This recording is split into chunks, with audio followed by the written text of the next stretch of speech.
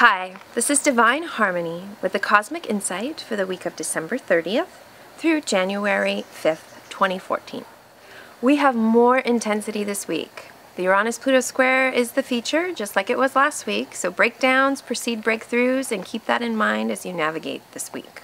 On Monday, Mars squares Pluto, completing Mars's activation of the Uranus-Pluto square that began on Christmas Day. Mars is the lower will, Pluto is the higher will, and so Mars and Pluto in square aspect can be a battle of wills. This can play out with people in your life, this can play out collectively. Pay attention to the news. There can be some interesting things that happen and that are shown. The best use of Mars-Pluto is to get clear on what needs to be done in our lives, what transformation needs to happen, what change needs to take place. And with Mars in Libra, a lot of this is playing out in relationships between self and other, give and take, freedom and independence. And then do what needs to be done. Of course, this is an intense aspect, and so it may be the very last thing we want to do, or it may be hard to do, and yet that doesn't mean we shouldn't do it. So keep that in mind. This is the second to the last day of 2013, and there's a force here that's trying to clear us out. Think of it like a cosmic colonic.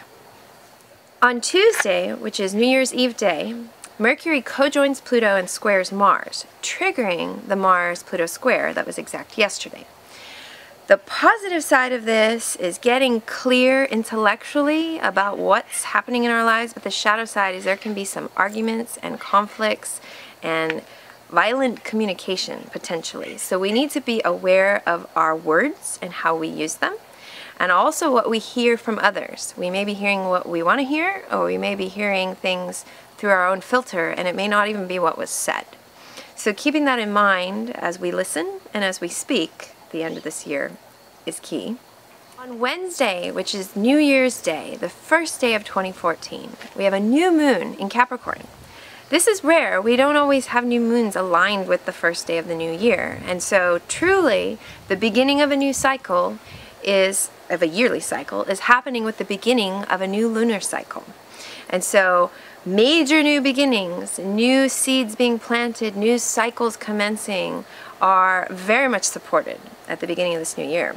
Now, this new moon is pretty intense. The new moon in Capricorn is conjunct Pluto, square Uranus, opposite Jupiter, and square Mars. And so we have this kind of grand cross forming between the lower will, higher will, the planet of expansion and excess, and the planet of rebellion and revolution. The best use of this grand cross new moon is to see what needs to radically change in our lives personally and collectively, and then start doing it now. Not tomorrow, not next week, not next month, now. The shadow side is all the areas of life that are out of balance, stuck, stagnant, no longer working, toxic, can be up for us to address. And this can be a little overwhelming if we have left a lot of things incomplete. Essentially, all the incompletes are coming up to be completed. If you find yourself in this position, instead of getting overwhelmed and feeling like a victim, I highly recommend getting clear on what needs to happen and then just taking it one step at a time. This goes for the world and any issues that are playing out collectively, as well as what's playing out on the personal level. Of course, where Capricorn is in your personal chart will show where the new moon energies are playing out, so for more information, check your weekly horoscopes on my website. The second half of the week has a more benevolent, expansive energy. Mercury and the Sun both oppose Jupiter. And there's kind of two ways this can play out.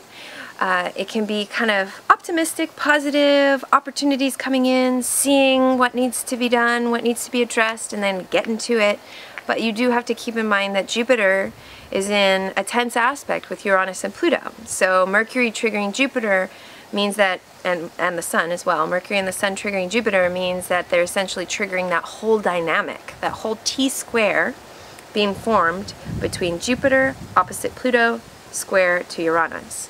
And so again, there's more of this breakdown, breakthrough energy. It's very changeable, shifting, potentially volatile, but it's also bringing to light what needs to be brought to light. And that's the best that we can do, is just see what needs to be seen and then deal with what needs to be dealt with. And again, into the new year, great time to be cleaning the slate. Yours in the stars.